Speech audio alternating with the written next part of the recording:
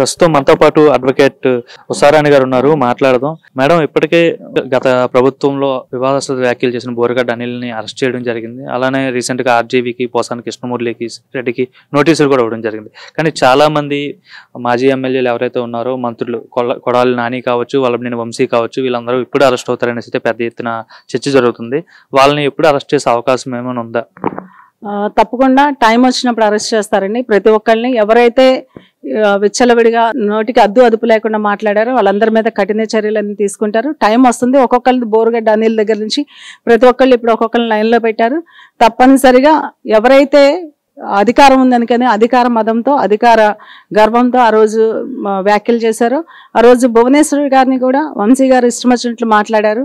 ఎవరిని వదిలిపెట్టరు. ఎందుకంటే ఏదైనా చట్ట ప్రకారము వెళ్తారు కాబట్టి దానికి కార్యకర్తలు కూడా కొంచెం మనం ఎంతసేపటికి వీళ్ళని అరెస్ట్ చేయాలి, వాళ్ళని అరెస్ట్ చేయాలని కాదు, చట్టం తన పని తను చేసుకెళ్ళిపోతుంది. కాబట్టి మనము ప్రజాస్వామ్యంలో ఉన్నప్పుడు మనం కూడా ఏదైతే చట్టం చేసుకునే పని దానికి మనము స్పీడ్ అవ్వాలి, అది అవ్వాలని మేము ఎవరము ఆశించట్లేదండి.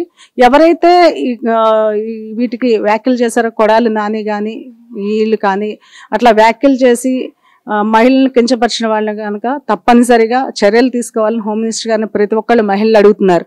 ఆ రోజు వీళ్ళందరూ కూడా ఇలా వ్యాఖ్యలు చేశారు. మరి మహిళకి ఒక మాజీ ముఖ్యమంత్రి స్థాయిలో ఉన్న ఆమెకే ఈ రకంగా చేసినప్పుడు మీరు ఎందుకు చర్యలు తీసుకోవట్లేదని హోమ్ మినిస్టర్ గారిని మహిళలందరూ కలిసి అడిగారు. తప్పనిసరిగా చర్యలు తీసుకుంటామంటున్నారు. కాబట్టి వీరి మీద చర్యలు తీసుకుంటారని అందరూ మహిళలు ఎక్కువ ఆశపడుతున్నారు. జగన్మోహన్ రెడ్డి మరోవైపు అంటున్నాడు, కావాలనే కూటమి ప్రభుత్వం అక్రమ అరెస్టులకు పాల్పడుతుంది, కావాలనే మా పార్టీ వాళ్ళని అక్రమంగా అరెస్ట్ చేస్తున్నారని చెప్పేసి జగన్ అంటున్నారు.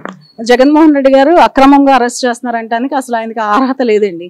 ఎందుకంటే మీరు దేవినేని ఉమా గారిని అరెస్ట్ చేశారు, కొల్లు రవీంద్ర గారిని అరెస్ట్ చేశారు, అచ్చెన్నాయుడు గారిని అరెస్ట్ చేశారు, పోనీ వీళ్ళందరినీ అరెస్ట్ చేశారు.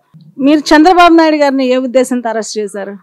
ఒక 74 సంవత్సరాలు ఉన్న వ్యక్తిని ఆయన్ని తీసుకెళ్లి అరెస్ట్ చేసి 53 రోజులు జైల్లో పెట్టి, నిజంగా ఆయన ఒక దేవుడు, ఒక ముని, ఆ ముని కాబట్టి అలా ఆయన అన్ని రోజులు ఉండి అంత ధైర్యంగా మొక్కబోని దీక్షతో ఆయన తిరిగి వస్తుంటే ఎంతోమంది ప్రజలు కళ్ళమ్మట నీళ్లు పెట్టుకున్నారండి. ఆయన అరెస్ట్ చేసిన రోజు అన్నం తిన్న వాళ్ళు ఉన్నారు. అలాంటి వ్యక్తులను అరెస్ట్ చేయించిన నీకు ఆ మాట మాట్లాడితే ఏమాత్రం తగదని మేము జగన్మోహన్ రెడ్డి గారిని చెప్తున్నామండి.